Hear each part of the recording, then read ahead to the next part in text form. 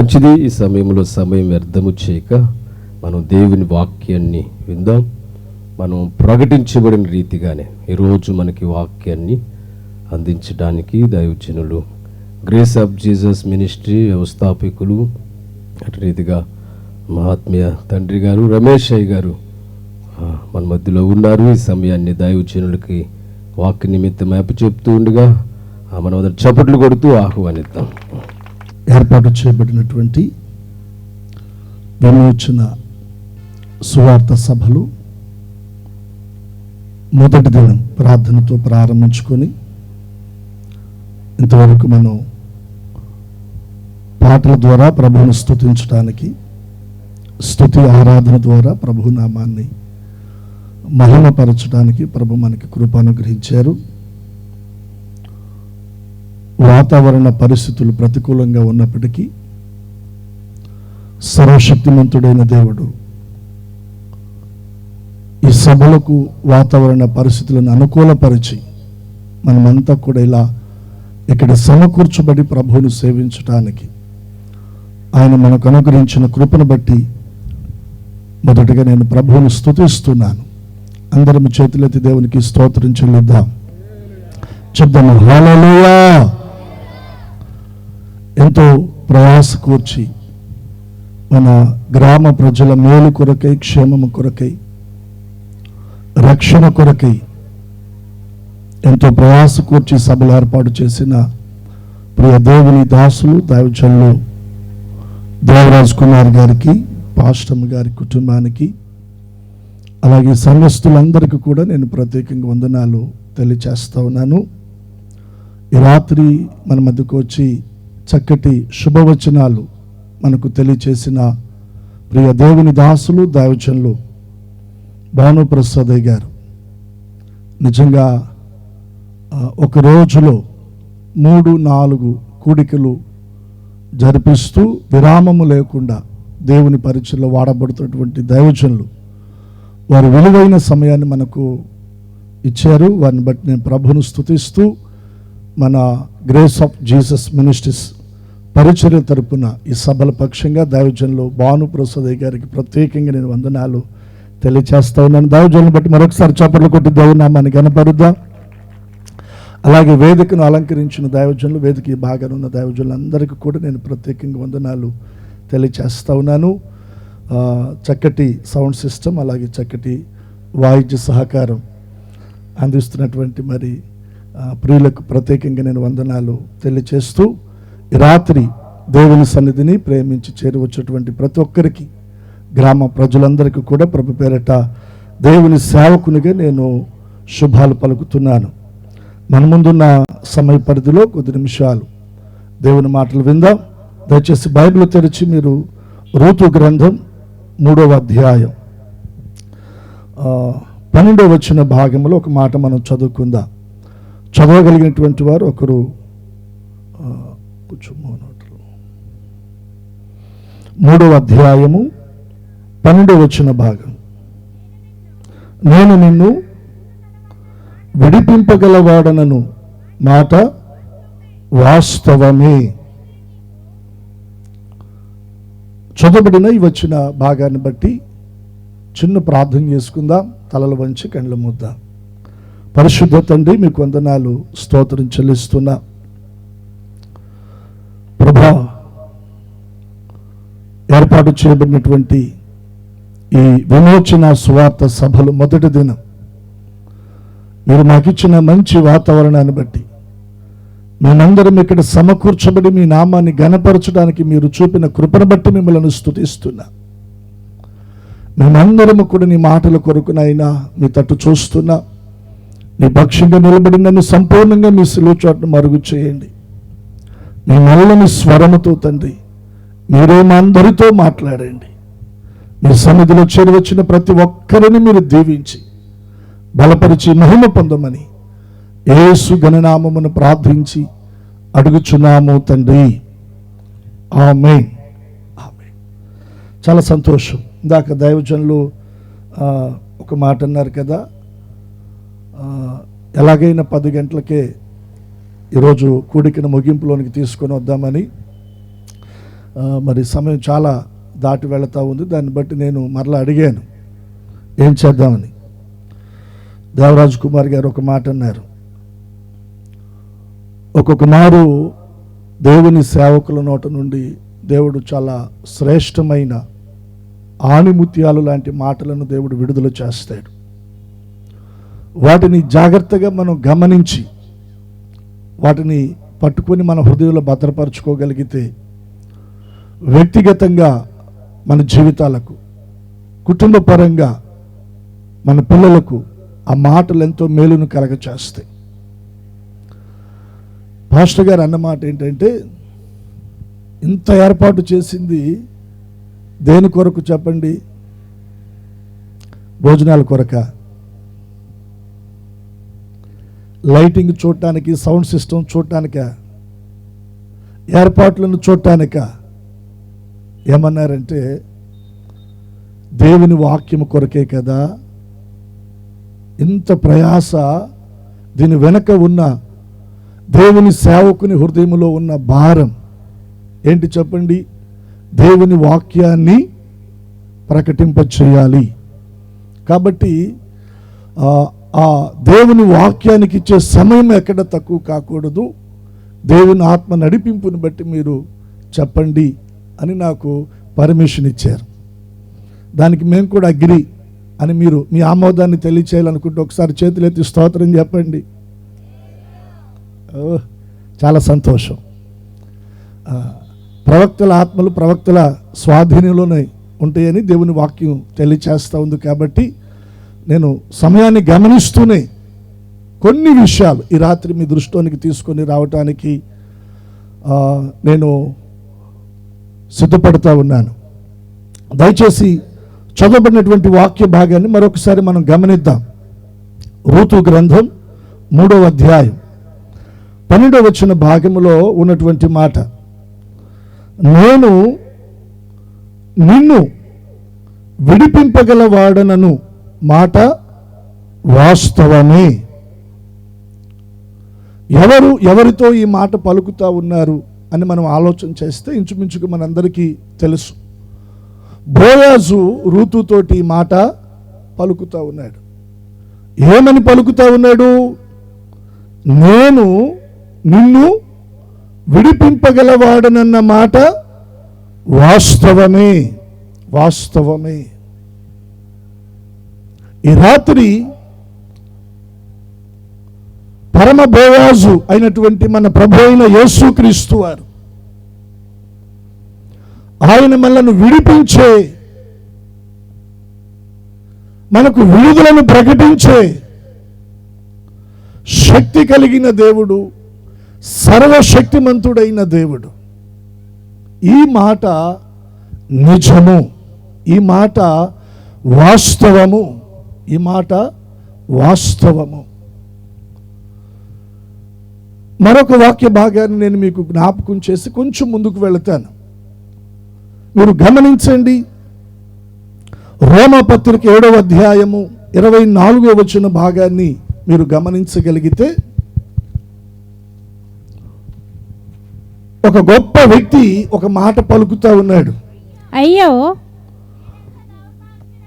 అయ్యో నేనెంత దౌర్భాగ్యుడను, ఇటు మరణమునకు లోనగు శరీరము నుండి నన్ను ఎవరు విడిపించును?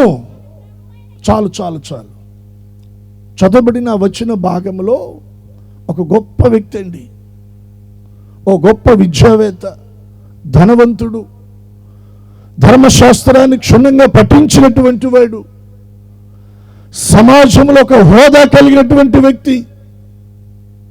ఆ వ్యక్తి అంటున్నాడు, నన్ను ఎవరు విడిపిస్తారు?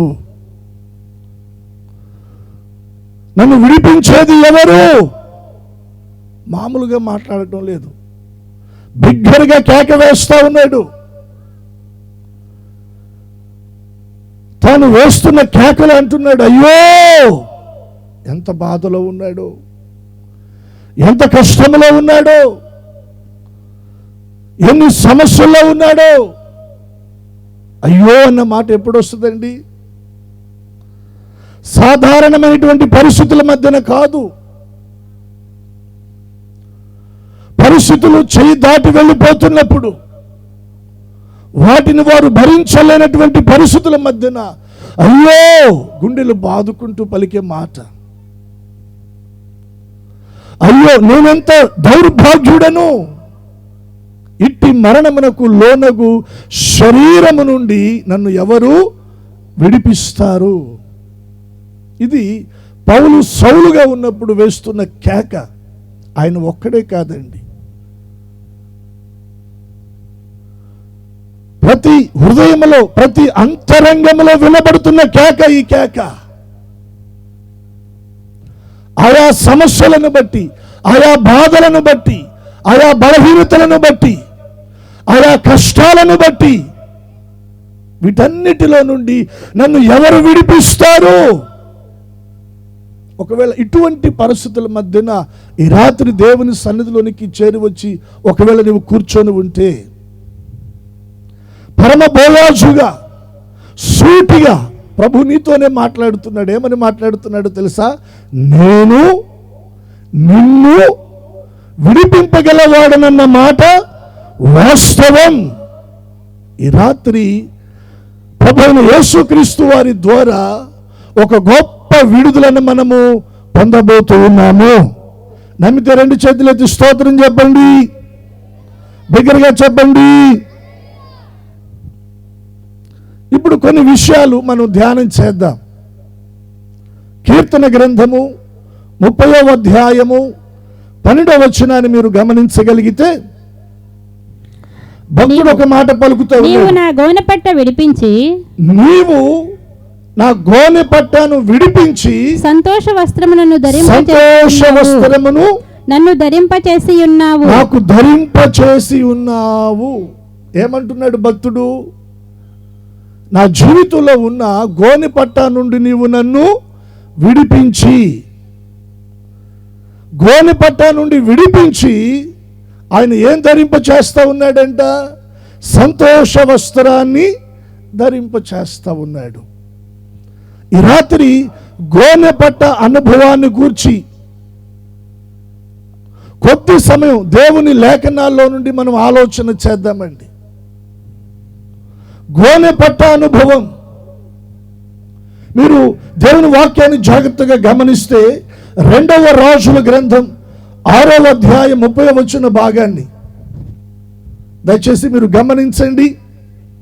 2వ రాజుల గ్రంథం 6వ అధ్యాయం 30వ వచనం. రాజు ఆ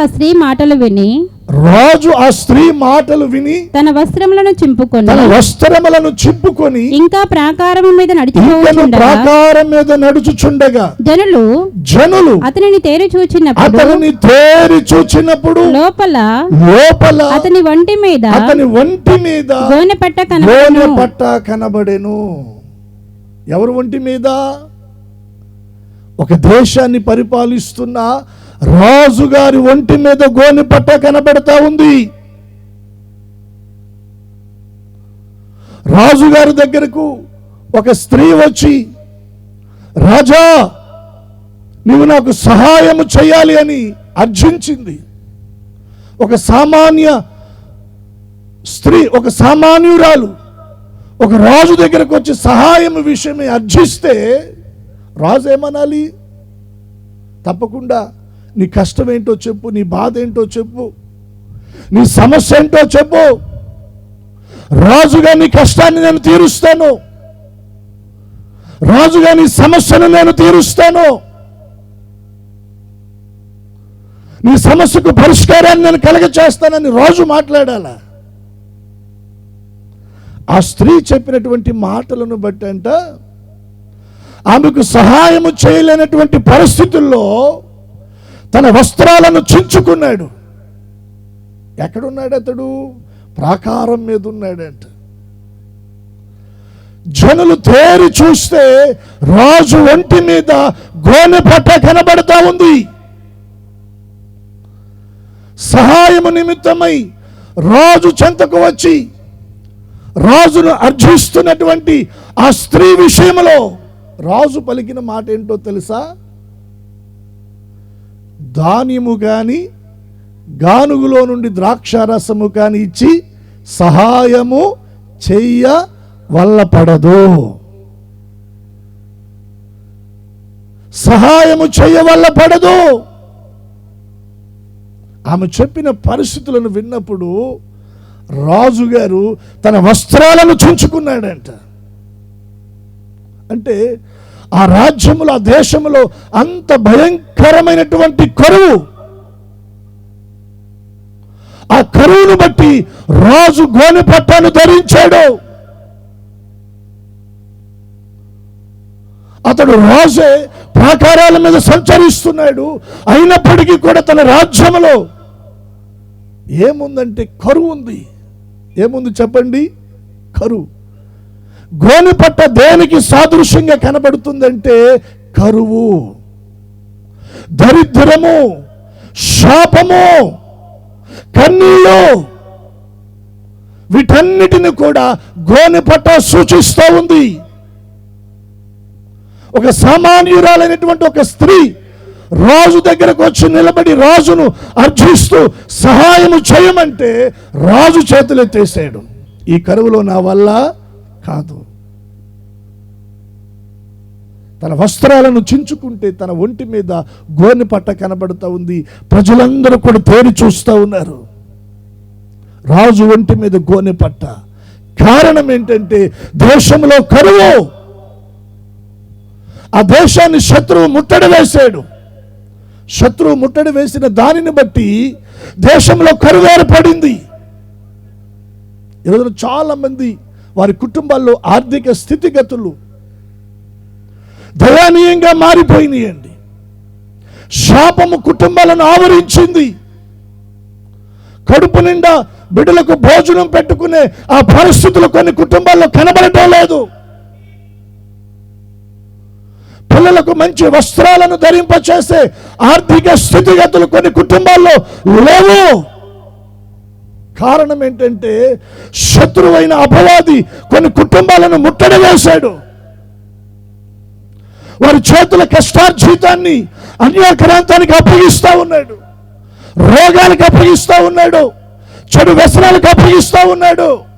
మత్తు పానీయాలకు అప్పగిస్తూ ఉన్నాడు. కుటుంబాల్లో కరువు కనబడుతూ ఉంది. కుటుంబాల్లో కరువు కనబడుతూ ఉంది.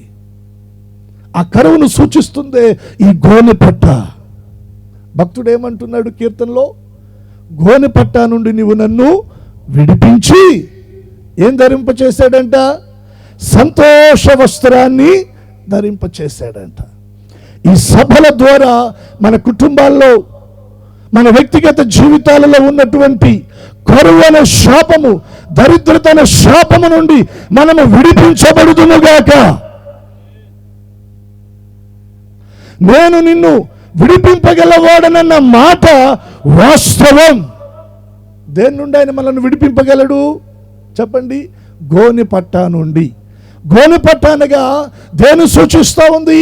మన కుటుంబాల్లో ఉన్న కరువు, దరిద్రము, లేమి, శాపము, వీటన్నిటి నుండి ఆయన మనలను విడిపిస్తాను అన్న మాట వాస్తవము. మనం నమ్మగలిగితే ఈ సభలలోనే ప్రభు తన కార్యాన్ని మన జీవితాల్లో ప్రారంభించునుగాక. రెండు చేతులు ఇలా ఊపుతూ దేవునికి ఒకసారి స్తోత్రం చెప్పండి. కొంచెం బిగ్గరగా చెప్పండి. అపోస్తుల కార్యము 7వ అధ్యాయము 34వ వచన భాగాన్ని మీరు గమనించగలిగితే, అపోస్తుల కార్యము 7వ అధ్యాయం 34వ వచనం, ఐగుప్తులో ఉన్నటువంటి నా ప్రజల దురవస్థను నేను నిదానించి చూచాను, వారి మూలుగు విన్నాను, వారిని విడిపించడానికి దిగి వచ్చి ఉన్నాను. అందరం ఒకసారి గట్టిగా చప్పట్లు కొట్టి దేవుని నామాన్ని కనపరుద్దాం. ఈ రాత్రి నేను ప్రకటిస్తూ ఉన్నాను, మనము సేవించుచున్న మన ప్రభు ఎవరంటే ఆయన మనను చూచుచున్న దేవుడు. హాగరు పేరు పెట్టింది కదా, ఏమని పేరు పెట్టింది? నువ్వు చూచుచున్న కన్నులుండి చూచే దేవుడు, చెవులుండి మన ప్రార్థన ఆలకించే దేవుడు, చేతులుండి ఆయన తన బాహువును చాపి ఆయన మనకు సహాయం చేసే దేవుడు. ఐగుప్తులోనున్నటువంటి నా ప్రజల దురవస్థను నేను చూచాను, వారి మొర నేను విన్నాను, వారిని విడిపించడానికి ఇదిగో పరము నుండి నేను దిగి వచ్చాను. ఎక్కడి నుండి దిగి వచ్చాడంట? పరలోకము నుండి ఆయన మన కొరకు దిగి వచ్చాడు. దేని కొరకు తెలుసా? నీవున్న ఆ దురవస్థ, ఆ స్థితిలో నుండి నిన్ను విడిపించడానికి. నీ మూలుగును విన్న దేవుడు, నీ ప్రార్థన విన్న దేవుడు నిశ్చయముగా నీవున్నటువంటి ఆ దురవస్థ స్థితి నుండి ఈ రాత్రి నిన్ను విడిపించునుగాక. ఆయన విడిపించగలనన్న ఆ మాట వాస్తవం, వాస్తవం, వాస్తవం అండి.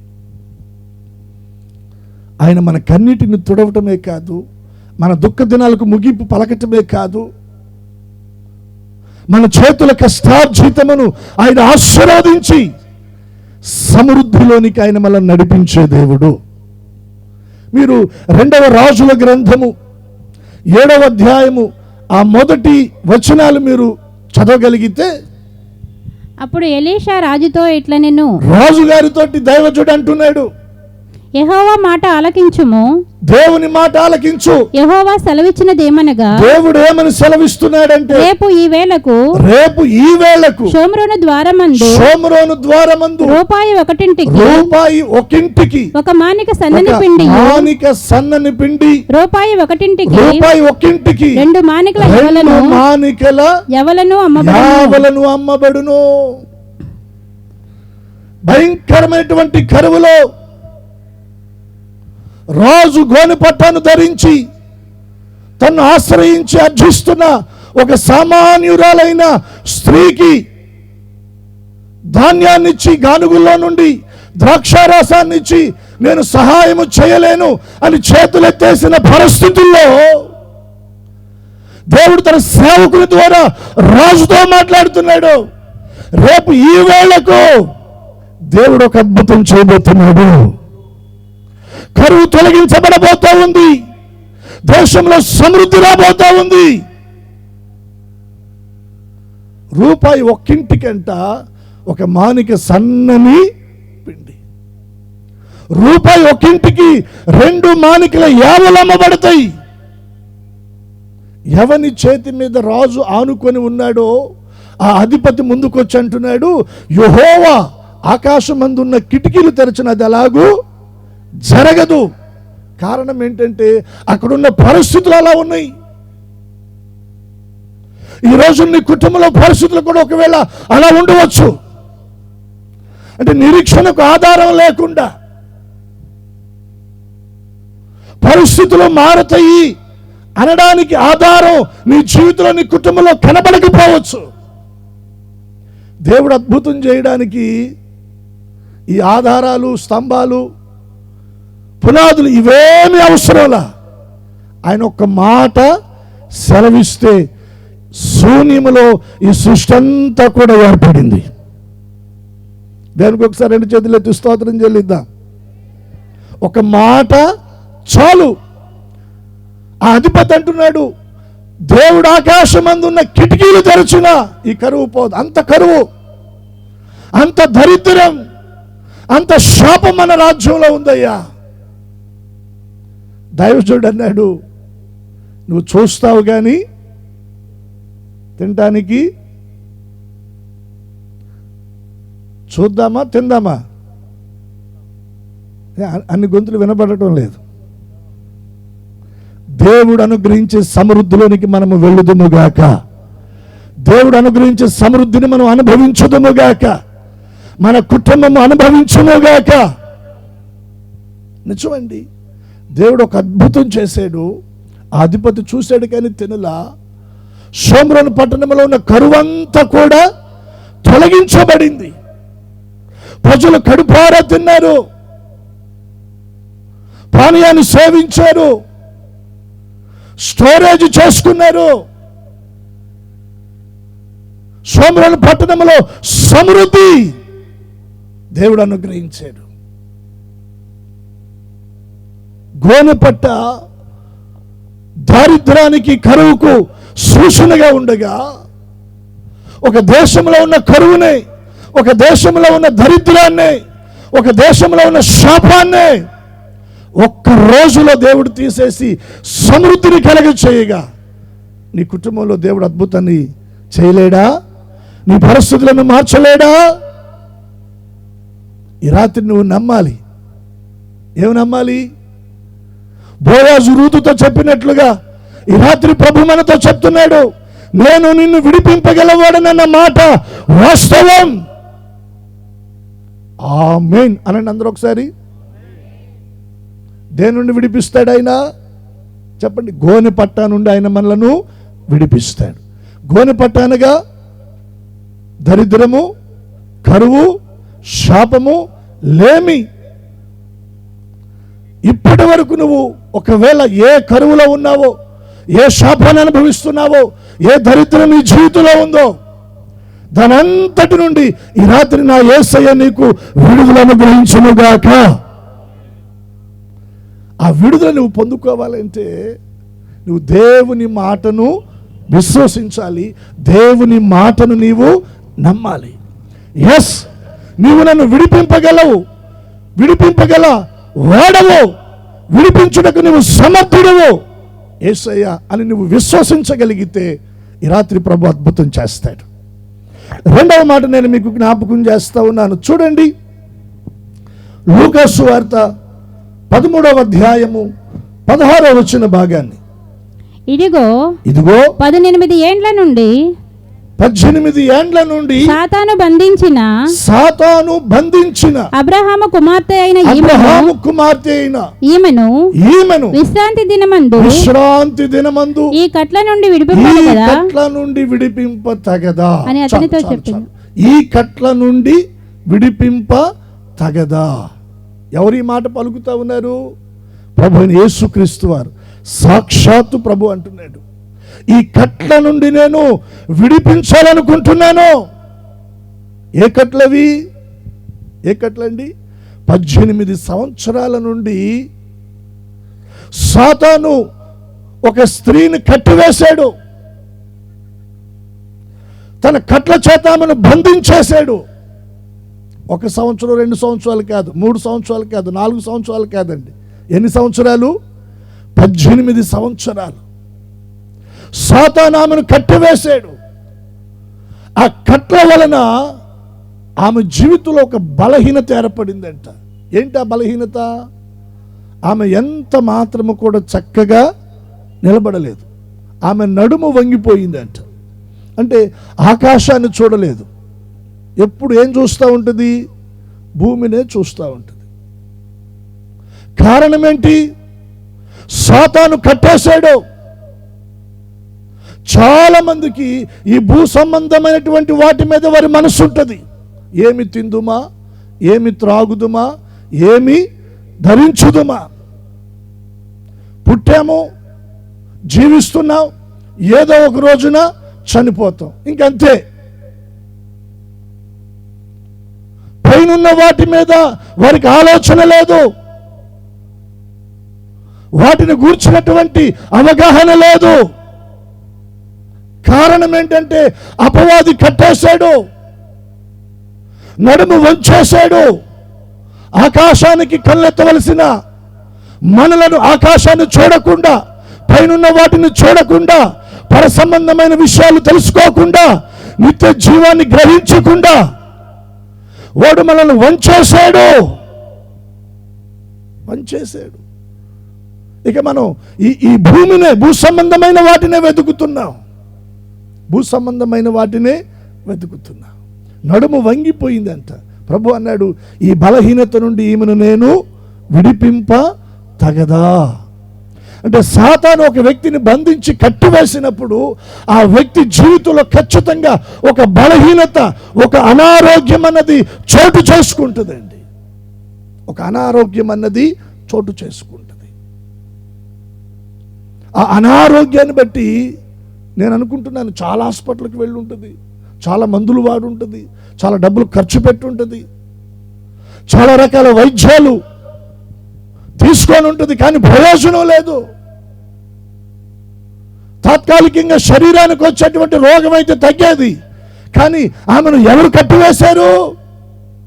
సాతాను కట్టివేశాడు. వాడు కట్టేస్తే కొన్ని బలహీనతలు వస్తాయండి మన జీవితాల్లోనికి. దానికి ఉదాహరణగా నేను మీకు ఒక బైబిల్ నుండి ఒక సందర్భానికి జ్ఞాపకం చేస్తూ ఉన్నాను. ఒక పిల్లవానిలో ఉన్న దయ్యాన్ని ప్రభు వెళ్ళగొట్టడానికి ఆ పిల్లవాని తండ్రి ఆ పిల్లవాడిని తీసుకొని ప్రభు దగ్గరకు వస్తాడు. ప్రభువుని బ్రతిమలాడతాడు. ప్రభు అన్నాడు, నమ్ముట నీ వలనైతే నమ్మువానికి సమస్తము సాధ్యం అన్నాడు. అపనమ్మకము రాకుండా నీవే నాకు సహాయం చేయమని వేడుకున్నాడు, కన్నీళ్లతో వేడుకున్నాడు. అప్పుడు ఆ చిన్న పిల్లవానిలో ఉన్న దయ్యాన్ని ప్రభు గద్దించాడు. గద్దించేటప్పుడు ఏమని గద్దించాడు? మోగవైన చెవిటి దయ్యమా, వీనిని వదిలిపెట్టి పో అని ప్రభు గద్దించాడు. అంటే ఇప్పుడు ఆ పిల్లవానిలో దయ్యం ఉంది. ఆ దయ్యము ఆ పిల్లవానికి ఏం తీసుకొచ్చింది? మూగతనాన్ని తీసుకొచ్చింది, చెవిటితనాన్ని కూడా తీసుకొచ్చింది. మన జీవితాల్లో కొన్ని దీర్ఘకాలికమైన వ్యాధుల చేత మనం బాధించబడడానికి దాని వెనుక ఉన్నటువంటి ఆ ప్రభావం ఏంటో తెలుసా? అపవాది నిన్ను కట్లతో కట్టి బంధించాడు. దానిని బట్టే కొన్ని దీర్ఘకాలికమైన వ్యాధుల చేత నీవు పీడించబడుతున్నావు. లక్షల రూపాయలు ఖర్చు చేస్తున్నావు, కానీ ప్రయోజనం ఉండటం లేదు. ఈ రాత్రి సాతాను కట్ల చేత కట్టబడి బంధించబడి ఏ విధమైన బలహీనతలకు నీవు లోనయ్యావో, ఏ విధమైన బలహీనతలను బట్టి నువ్వు బాధించబడుతున్నావో, ఆ బలహీనతలన్నిటి నుండి ఈ రాత్రి యేసయ్య మనకు ఒక అద్భుతమైన ఆయన విడుదలను ఇవ్వబోతున్నాడు. నమ్మితే రెండు చేతులు ఎత్తి స్తోత్రం చెప్పండి, బిగ్గరగా చెప్పండి. ఏ విధమైనటువంటి బలహీనత సాతాను చేత బంధించబడి, సాతాను కట్ల చేత కట్టబడి, ఆరోగ్యాన్ని కోల్పోయి, సమాధానాన్ని, సంతోషాన్ని కోల్పోయి, నిట్టూర్పు మధ్యనయ్య ఎవరైతే ఉన్నారో వారిని ఈ సభల ద్వారా దేవుడు దర్శించబోతా ఉన్నాడు. ఆయన తన బాహువును చాపి తాకబోతా ఉన్నాడు. విడుదలను ప్రకటించబోతా ఉన్నాడు. మొదటిది ఏంటి చెప్పండి? గోని పట్టా నుండి ఆయన మనలను విడిపిస్తూ ఉన్నాడు. రెండవది ఏంటి? బలహీనతల నుండి ఆయన మనలను విడిపిస్తూ ఉన్నాడు. నంది వెలుగు మన చర్చికి కట్టివరం నుండి అశోక్ అని ఒక బ్రదరు చర్చికి వస్తాడండి. దాదాపుగా కొన్ని సంవత్సరాల నుండి మన మందిరానికి వస్తూ ఉన్నాడు. అతని సాక్ష్యాన్ని నేను మీకు జ్ఞాపకం చేస్తూ ఉన్నాను. యవన కాలంలో తను పెయింట్ మేస్త్రిగా తన దగ్గర 4-5 కుర్రోళ్ళను పెట్టుకుని పని చేసుకుంటున్నటువంటి పరిస్థితులు. ఆర్థికంగా కాస్తంత పర్వాలేదు.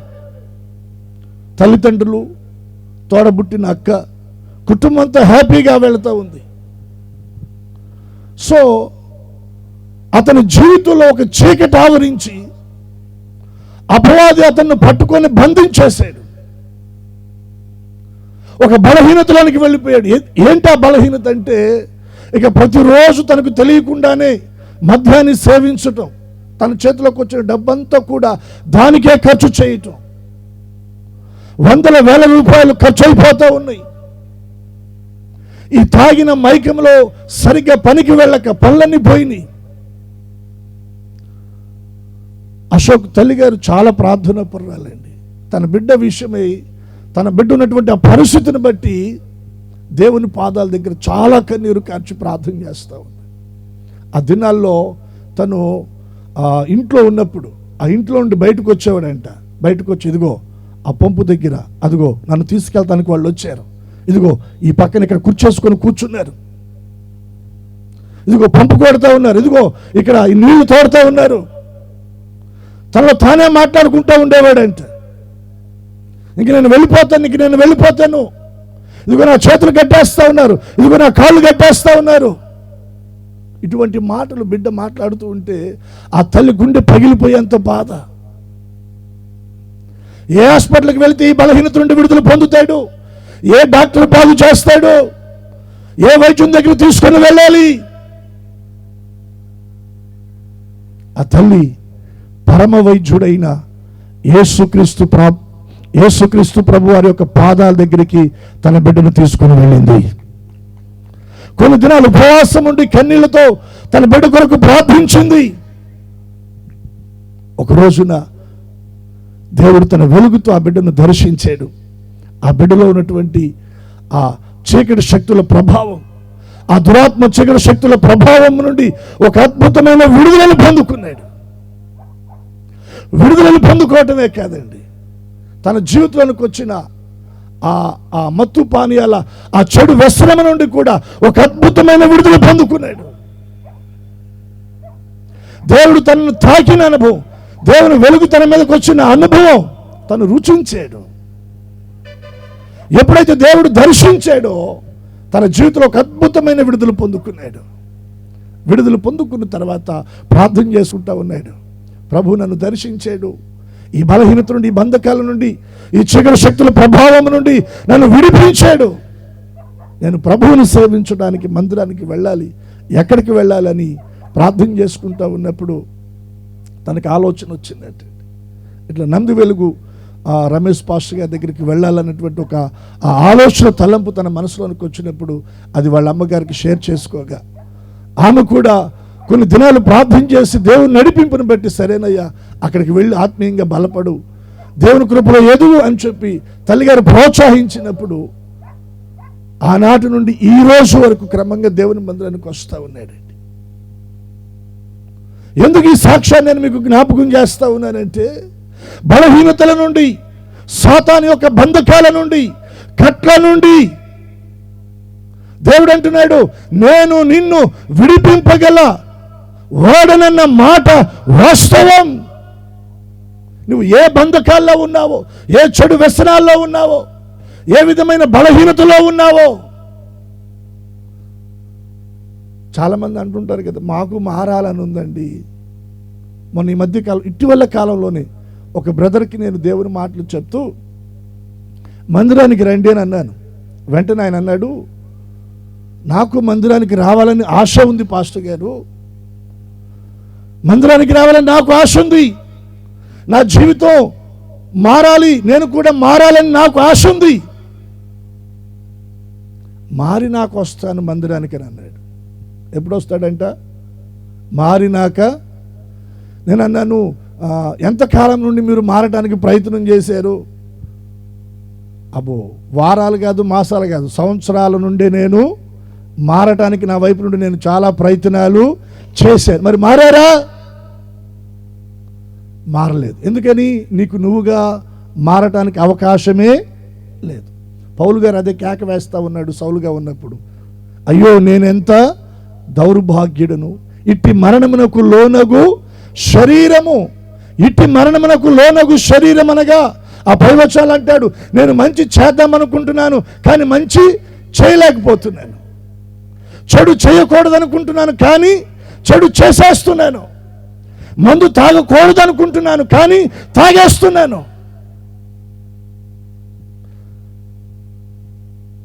చెడు వ్యసనాల నుండి నేను ఇక మానుకోవాలి అనుకుంటున్నాను కానీ అది నా వల్ల కావటం లేదంటున్నాడు.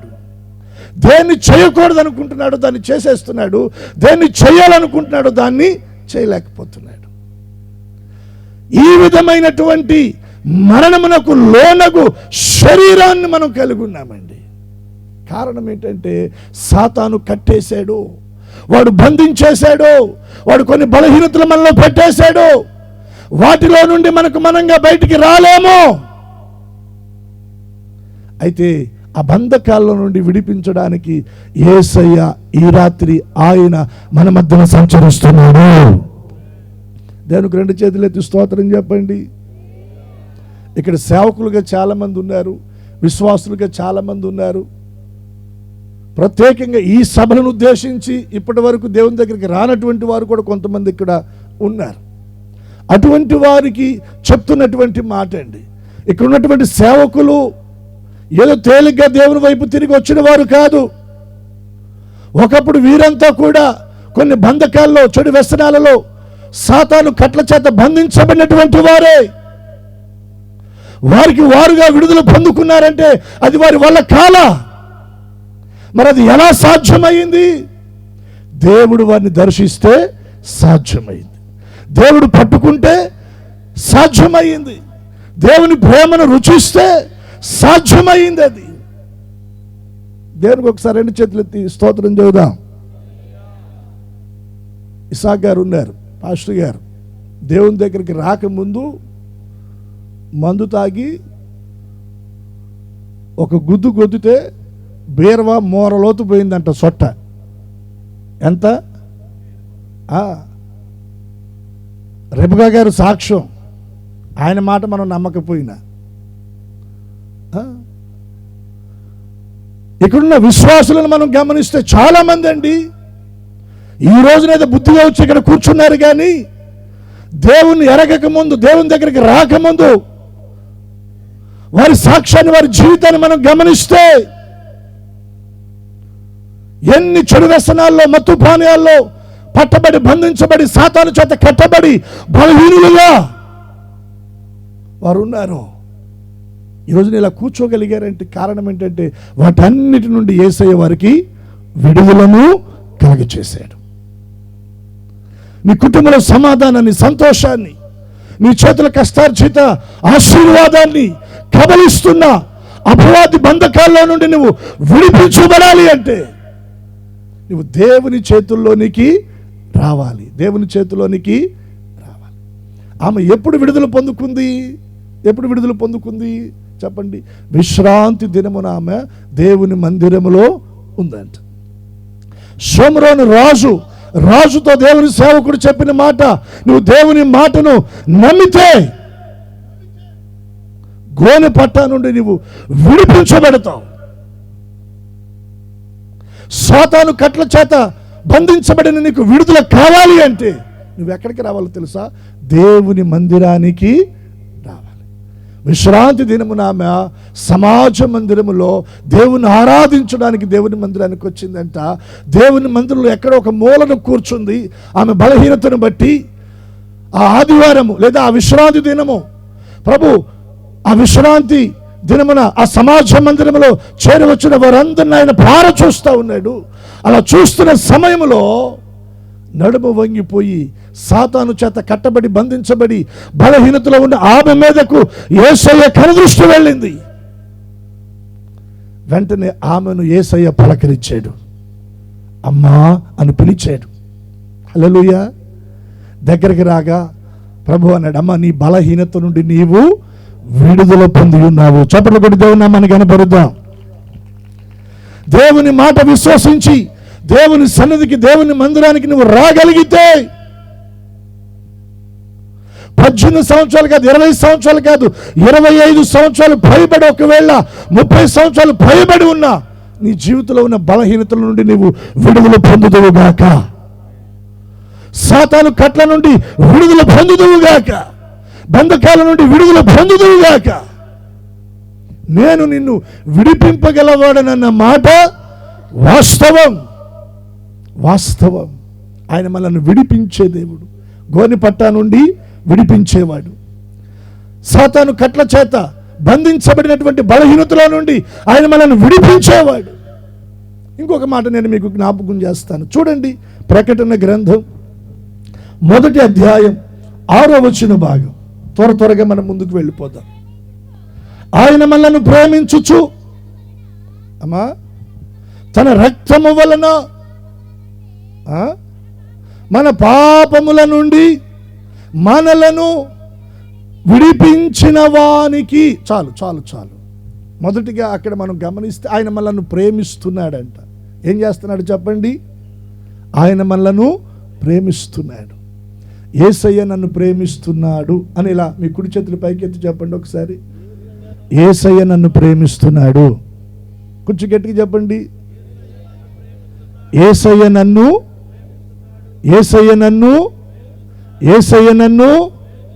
ప్రేమిస్తున్నాడు కాబట్టే నీ కొరకు ఆయన తన రక్తమును చిందించాడు. ఏం చిందించాడు? ఆయన రక్తాన్ని నీ కొరకు ఆయన ధారపోసాడు. ఎందుకు చిందించవలసి వచ్చింది? ఎందుకు ఆయన తన రక్తాన్ని ధారపోయవలసి వచ్చింది? దేనికో తెలుసా? అక్కడ వ్రాయబడినటువంటి మాట, మన పాపముల నుండి విడిపించడానికి. దేని నుండి విడిపించడానికి? పాపముల నుండి విడిపించడానికి. ఆయన నీ కొరకు ఆయన తన రక్తాన్ని చిందించాడు. తన రక్తాన్ని చిందించడానికి వెనక ఉన్న ఉద్దేశం ఏంటో తెలుసా? ఆయన నిన్ను ప్రేమిస్తున్నాడు. ఆయన నిన్ను ప్రేమిస్తున్నాడు. ఈ ప్రేమ అన్న పదాలు యవనస్తుల మధ్యన మనం వింటూ ఉంటాం. ఏదైనా చేస్తానంటారు, కానీ రైట్ టైం, సరైన అవసరమైన సమయంలో మన కంటికి కనబడరు. ఒకవేళ మనం ఫోన్ చేసినా అవుట్ ఆఫ్ సర్వీస్ అంటారు. నిజంగా దేవుని ప్రేమ ఎంత ఉన్నతమైనదో తెలుసా? మనం దేవుని వాక్యాన్ని జాగ్రత్తగా చదివితే ఆయన దేహంలో ఉన్న ఆఖరి రక్తపు బొట్టును కూడా ఆయన మన కొరకు చిందించాడంట. మన కొరకు ఆయన ధారపోసాడంట. తన ప్రాణమును మన కొరకు ఆయన బలిగా అర్పించాడు. కారణం ఏంటంటే పాపముల నుండి విడిపించడానికి. ఎవరు పాపం చేశారు పాస్టర్ గారు? ఎవరు పాపం చేశారు? మీరు చేశారేమో, మేము పాపం చేయలేం. పాపం అంటే మాకు తెలియదని ఒకవేళ మీరు అంటారా? పైకి మీరు అలా అన్నా మీ అంతరంగం, మీ మనస్సాక్షి ఆ మాటను ఒప్పుకోనే ఒప్పుకో. ఏ భేదము లేదు. అందరూ పాపము చేసి దేవుడు అనుగ్రహించు మహిమను పొందలేకపోతున్నారు. నీతిమంతుడు లేడు ఒక్కడను. ఒక రోజున ధర్మశాస్త్రాన్ని బట్టి వ్యభిచార సంబంధమైన పాపములో పట్టబడిన ఒక స్త్రీని యేసు ప్రభు దగ్గర తీసుకొచ్చి నిలవబెట్టి ప్రభువును శోధిస్తూ అడిగేటువంటి మాట అండి.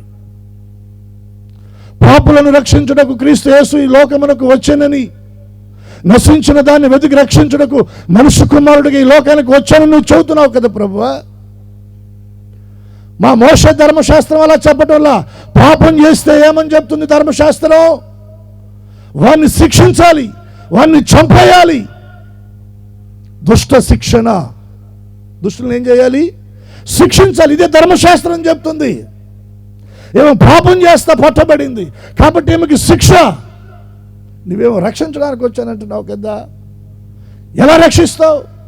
శిక్షించొద్దు అని చెప్తే ధర్మశాస్త్రాన్ని మీరేడని ఆయన మీద నేరారోపణ చేయొచ్చు.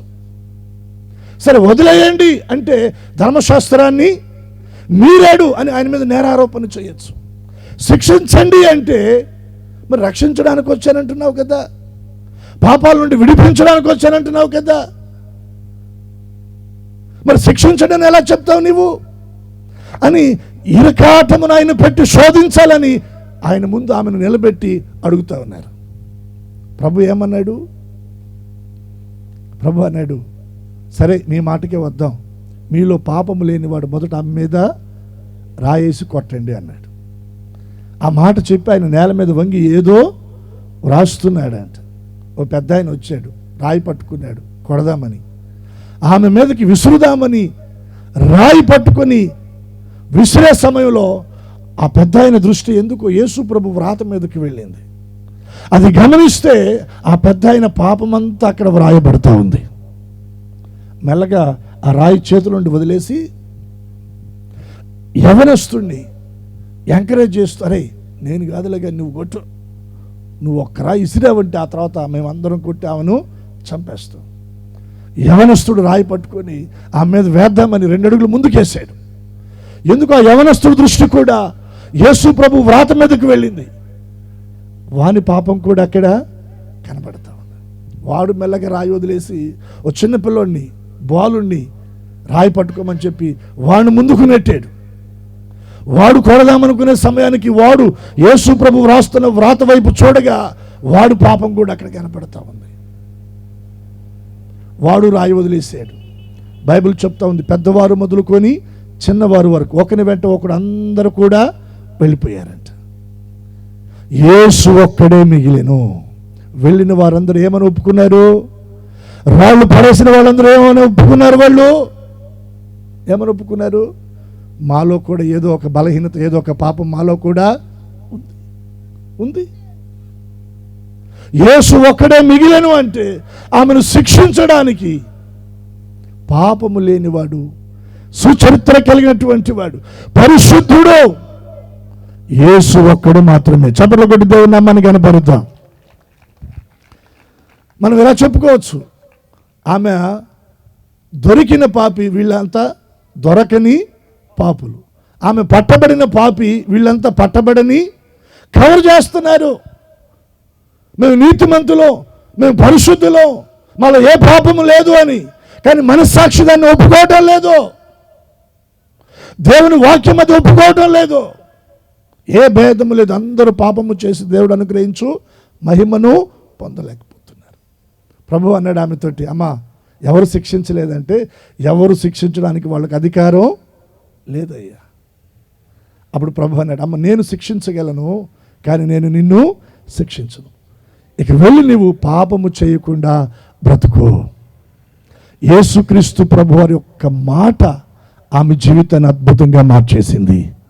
రెండు చేతులెత్తి స్తోత్రం చెల్లిద్దాం. బైబిల్లో మనందరికీ తెలుసు కదా, జక్కయ్య పొట్టివాడైనా జక్కయ్య, ధనవంతుడైనా జక్కయ్య, సుంకపు గుత్తదారుడైనా జక్కయ్య. ఆ ప్రాంత ప్రజలు అతనికి పెట్టిన పేరేంటి? పాపి అయినా ఈ మనుషుడు. పాపి అయిన ఆ మనుషుని ఇంత బస చేసి ఏం చేశాడు? అతన్ని అబ్రహాము కుమారునిగా మార్చేశాడు. తల్లిదండ్రుల వల్ల గాల, తోబుట్టుల వల్ల గాల, స్నేహితుల వల్ల గాల, తన తోటి ఉద్యోగస్తుల వల్ల కాల, ఇరుగు పొరుగు వారి వల్ల కాల.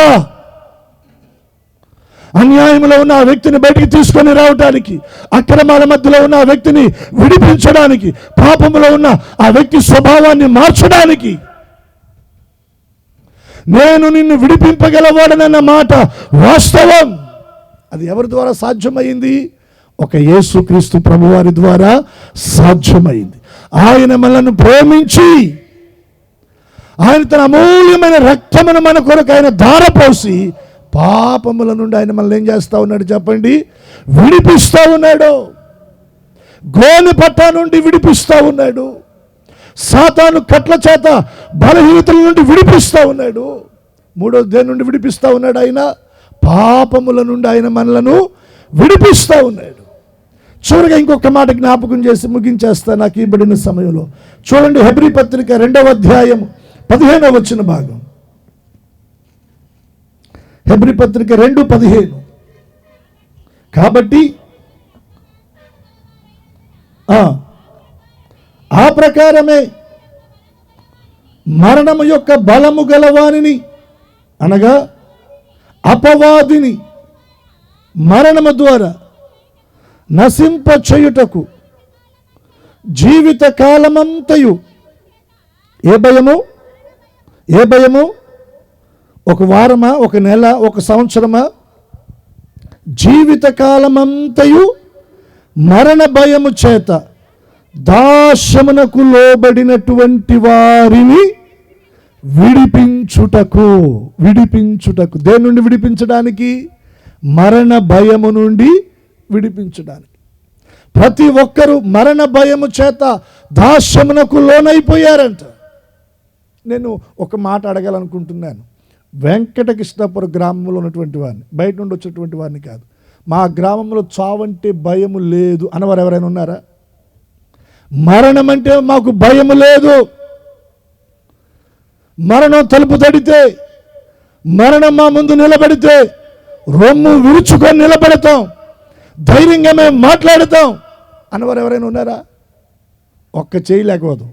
ఈ ఊళ్ళోనే కాదు, ఈ పరిసర ప్రాంత గ్రామాల్లో, పట్టణాల్లో, రాష్ట్రాల్లో, ప్రపంచ దేశాల్లో ఎవరు చేయి పైకి లేకపోదండి. కారణం ఏంటి? మరణ భయము చేత దాస్యమునకు లోనై ఉన్నారు. ప్రతి వ్యక్తి మరణ భయముతో పట్టి పీడించబడతా ఉన్నాడు.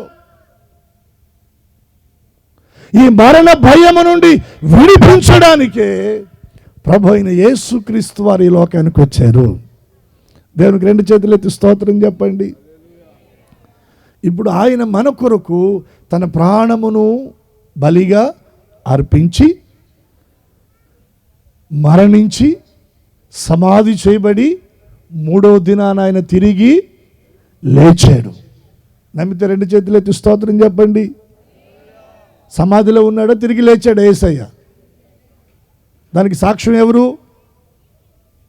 నేను కాదు, దేవరాజ్ కుమార్ పాస్టర్ గారు కాదు, ఇక్కడున్న పాస్టర్లు కాదండి. మొదటి సాక్ష్యం ఎవరో తెలుసా? ఆయన సమాధి. ప్రపంచ దేశాల్లో ఉన్న ప్రజలకు ఆ సమాధి సాక్ష్యం ఇస్తూ ఉంది. ఇంచుమించుగా 2020 సంవత్సరాలకు పూర్వం రోమా ప్రభుత్వ అధికారులు ప్రభువైన యేసుక్రీస్తు వారిని సిలువకు అప్పగించి కొరడాలతో కొట్టించి గాయపరిచారు. సిలువ మీద ఆయన తన ప్రాణాన్ని బలిగా అర్పించాడు. నికోదేము, అరిమత్తయి, యోసేపు మరి కొందరు స్త్రీలు పిలాతు దగ్గర పర్మిషన్ తీసుకొని ఆయన దేహాన్ని ఇదిగో నాలో ఈ సమాధిలోనే పెట్టారు. నేను ఆయన్ని బంధించి ఉంచుదామనుకున్నాను, నా వల్ల కాలేదు. 3వ దినాన ఆయన నన్ను జయించి తిరిగి లేచాడు. సమాధిని జయించి తిరిగి లేచాడు. పాతాళమును జయించి తిరిగి లేచాడు. మరణమును జయించి తిరిగి లేచాడు. మరణమా నీ విజయం ఎక్కడా? మరణపు ముల్లా నీ విజయం ఎక్కడా అని సవాలు చేసి మరణపు ముళ్ళను విరిచినవాడు ఆయన. ఆయన మనకు అభయమిస్తున్నాడు. 2 చేతులు ఎత్తి స్తోత్రం చెల్లిద్దాం. ఏమని అభయమిస్తున్నాడు చెప్పండి? ఆయన నా మాట విని నన్ను పంపిన వాని యందు విశ్వాసముంచినవాడు నిత్య జీవము గలవాడు. ఏ జీవం? 70 సంవత్సరాల జీవమా? 80 సంవత్సరాల జీవమా? 100 సంవత్సరాల జీవమా? 110 సంవత్సరాల జీవమా? కాదండి, నిత్య జీవం. నిరంతరము నిత్య మహిమలో దేవునితో కూడా బ్రతికి ఉండే ఆ జీవాన్ని యేసయ్య మనకి ఇవ్వబోతున్నాడు. నా మాట విని నన్ను పంపిన వాని యందు విశ్వాసముంచువాడు నిత్య జీవము గలవాడు. వాడు మరణములో నుండి ఎక్కడికి దాటాడు? జీవములోనికి దాటాడు. ఎవరైతే ప్రభువైన యేసుక్రీస్తును సొంత రక్షకునిగా అంగీకరించి విశ్వసించి రక్షించబడతారో వారి జీవితాలలో మరణ భయము నుండి వారు విడిపించబడుతూ ఉన్నారు. వారికి ఒక నిరీక్షణ యేసుక్రీస్తు ప్రభువారి ద్వారా అనుగ్రహించబడుతుంది. ఏంటా నిరీక్షణ? మృతుల్లో నుండి ప్రథమ ఫలముగా ఆయన లేచి ఉన్నాడు. క్రీస్తునందు మృతులైనటువంటి వారు వారి వారి యొక్క వరుసలో వారు మరలా తిరిగి బ్రతికించబడతారు. అంటే నేను చనిపోతాను, చనిపోయిన తర్వాత నేను మరలా బ్రతుకుతాను. ఇది శుభప్రదమైన నిరీక్షణ. కాబట్టి చనిపోవడానికి ఇక భయము లేదు.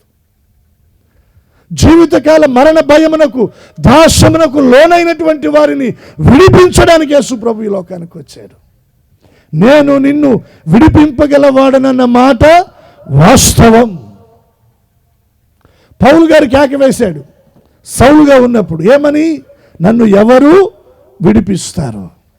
ఈ రాత్రి ముగింపులోనికి వస్తున్నాను. ఒకవేళ కరువులో ఉన్నావా, దరిద్రములో ఉన్నావా, శాపములో ఉన్నావా, కన్నీళ్లలో ఉన్నావా, నన్ను ఎవరు విడిపిస్తారు ఈ పరిస్థితుల నుండి ఒకవేళ నీ హృదయంలో నువ్వు కేక వేస్తున్నావా? ఒక వాస్తవం ఏంటో తెలుసా?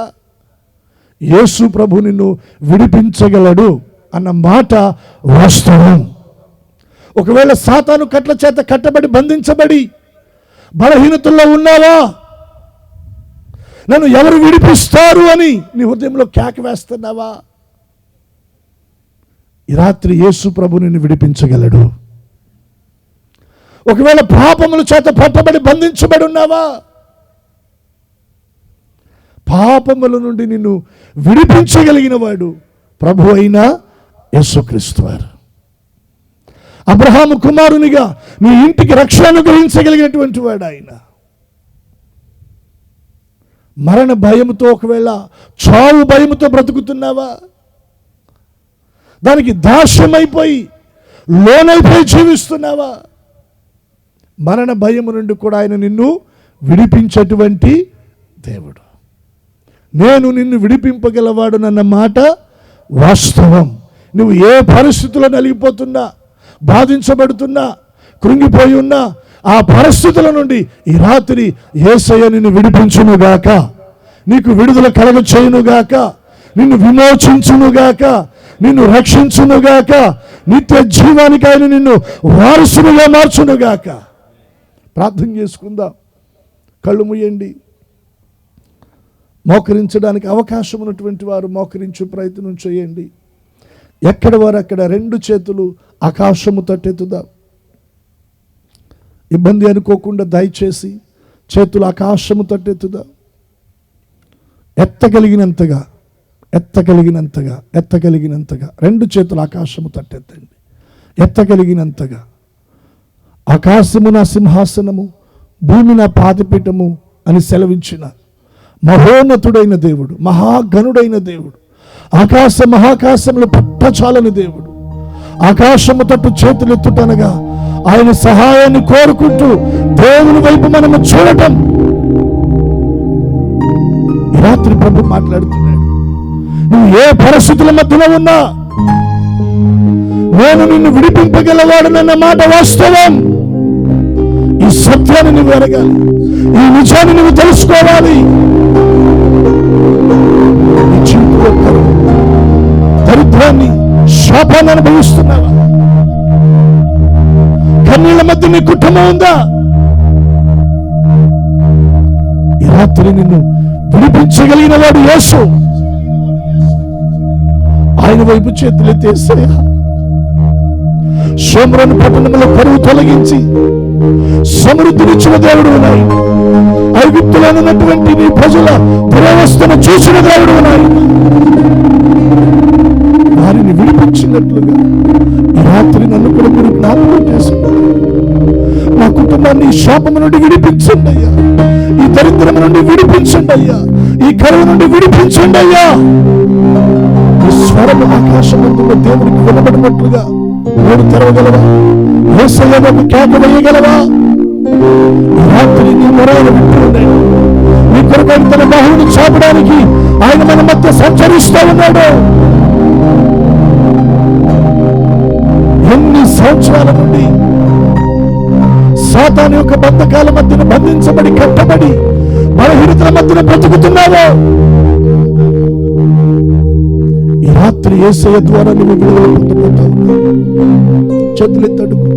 18 సంవత్సరాల నుండి ప్రభువా సాతాను చేత బంధించబడి, కట్టబడి, బలహీనతలో ఉన్న ఆ తల్లిని మీరు జ్ఞాపకం చేసుకున్నారు కదా, ఆమెను విడిపించారు కదా. నన్ను కూడా విడిపించవా? ఈ బలహీనత నుండి విడిపించవా? ఈ శారీరక అనారోగ్యం నుండి విడిపించవా? ఈ చెడు వ్యసనాల నుండి విడిపించవా? ఒక కేక వేయగలవా?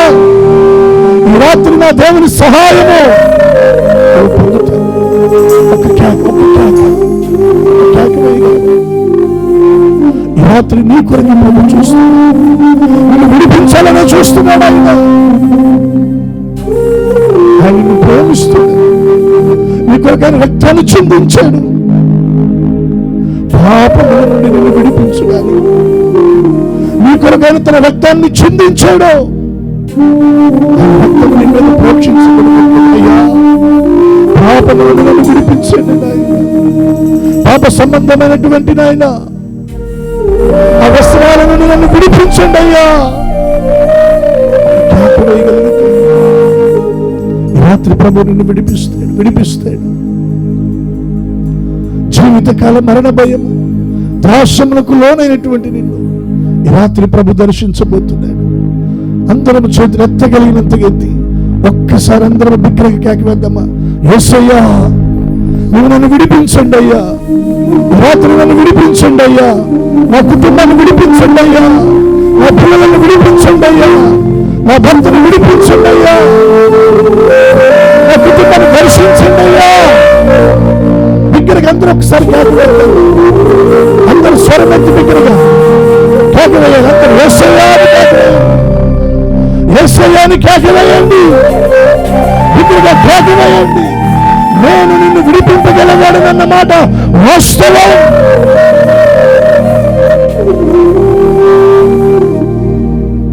పరిశుద్ధ తండ్రి నాయన మీకు వందనాలు చెల్లిస్తున్నా. ఎంతో ప్రయాస కూర్చి మీ దాసుని సభలు ఏర్పాటు చేశారు. మొదటి దినం మీ వాక్కు ప్రత్యక్షత ద్వారా మీరు మమ్మల్ని దర్శించారు. నేను నిన్ను విడిపింపగలవాడనన్న మాట వాస్తవమని మీరు పలికారు. ఎవరు ఏ విధమైన బంధకాల్లో, వ్యసనాల్లో, బలహీనతల్లో, శాపంలో, దరిద్రతలో ఉన్నారు, మరణ భయంలో ఉన్నారు, అటువంటి వారందరికీ ఈ సభల ద్వారా మీరు గొప్ప విడుదల ప్రకటించుదురుగాక, విడిపించుదురుగాక, సంతోష వస్త్రము ప్రతి ఒక్కరు ధరించుదురుగాక, రక్షణతో అలంకరించబడుదురుగాక, నిత్య జీవానికి వారసులుగా మారుదురుగాక. రాత్రి మీ సన్నిధిలో చేరవచ్చిన ప్రతి ఒక్కరిని మీరు దీవించండి, కుటుంబాలను దీవించండి. ఈ గ్రామంలో నీ పక్షంగా ప్రయాసపడుతున్న మీ దీన సేవకుని బలపరచండి, సంఘాన్ని దీవించండి. ఈ గ్రామ ప్రజలందరి క్షేమము, మేలు కొరకు మేము ప్రార్థన చేస్తున్నాం. దీవిని ఆశీర్వాదము కొరకు ప్రార్థన చేస్తున్నాం. సమాధాన సంతోషము కొరకు ప్రార్థిస్తున్నాం. కృపను గురించి దీవించమని యేసు నామమును ప్రార్థించి అడుగుచున్నాము తండ్రి, ఆమేన్. అందరూ అలాగే చేతులెత్తి బిగ్గరగా దేవుడికి ఒకసారి ఎలుగెత్తి స్తోత్రం చెబుదాం. బిగ్గరగా చెప్దాం, హల్లెలూయా.